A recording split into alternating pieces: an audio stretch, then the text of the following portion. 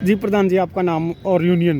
मेरा नाम विक्रम खठाना एडवोकेट, युवा प्रदेश अध्यक्ष भारतीय किसान यूनियन चिड़ोनी। आज क्या कार्यक्रम आयोजित किया गया है, कौन सी जगह बैठे हैं?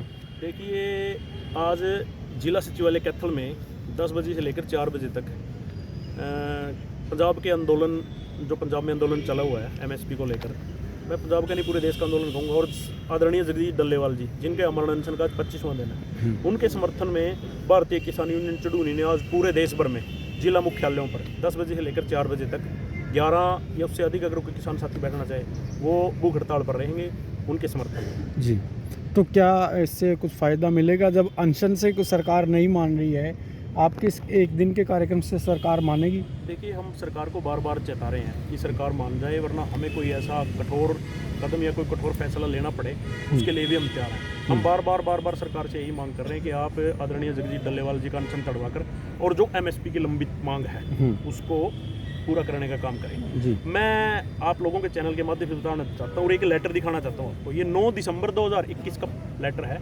जब देश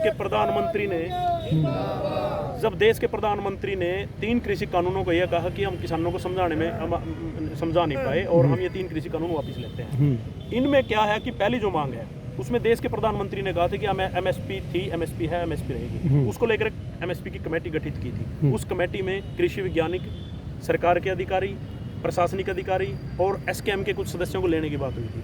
वो जो कमेटी बनी थी उस कमेटी की मांग आज तक लंबित पड़ी है, और जो कमेटी बनी थी वो पता नहीं कागजों में कहाँ घूम रही है, या कोई जजों की सैर कर रही है, या कोई सरकार की जी हजूरी में लगी हुई है। उस कमेटी का आज तक भी कोई किसी तरह का भी कोई उस कमेटी ने ये नहीं कहा कि हमने इसमें ये प्रोग्रेस की है। तो इसी मांग को, लंबित मांग को लेकर किसानों ने दोबारा से आंदोलन शुरू किया था। दूसरी मांग, सरकार ने उस टाइम, ये मैं लेटर आप लोगों को दूंगा, सरकार ने कहा था कि जो भी आंदोलन के दौरान पूरे देश भर में किसानों पर मुकदमे दर्ज हुए हम उनको वापस लेते हैं। वो भी आज जो कि त्यों बहुत से मुकदमे ऐसे कैसे खड़े हैं। एक और मांग थी बिजली के बिल की, बिजली का जो सरकार बिजली का निजीकरण करना चाहती थी, उस निजीकरण के विरोध में भी उस टाइम सरकार ने कहा था इस पत्र में कि हम इस पर विचार करेंगे। आज जो स्मार्ट मीटरों की बात ये लोग कर रहे हैं, बैकडोर एंट्री कह लीजिए कि बिजली का निजीकरण करने का काम कर रहे हैं। दूसरा जो सबसे बड़ी मांग थी पराली के मुद्दों को लेकर, आप लोग पत्रकार साथियों पूरे हरियाणा में आप लोगों ने इस बार देखा, अगर एक जुर्म करता है ना कोई तो उसकी एक ही सज़ा होती है। यहाँ पर क्या हुआ, पराली किसान ने मजबूरी बस पराली जला दी। पराली जलाने का 250 रुपये प्रति एकड़ जुर्माना कर दिया, FIR दर्ज कर दी, और 2 साल के लिए उसकी खरीद को रेड जोन, उसकी मेरी फसल मेरा ब्यौरा में उसकी रेड एंट्री कर दी। इस पत्र में सीधा लिखा हुआ है कि उसकी धारा 14 और 15 में क्रिमिनल लाइबिलिटी से किसान को मुक्ति दी जाएगी, जो क्रिमिनल दायित्व बनता है उससे मुक्ति दी जाएगी।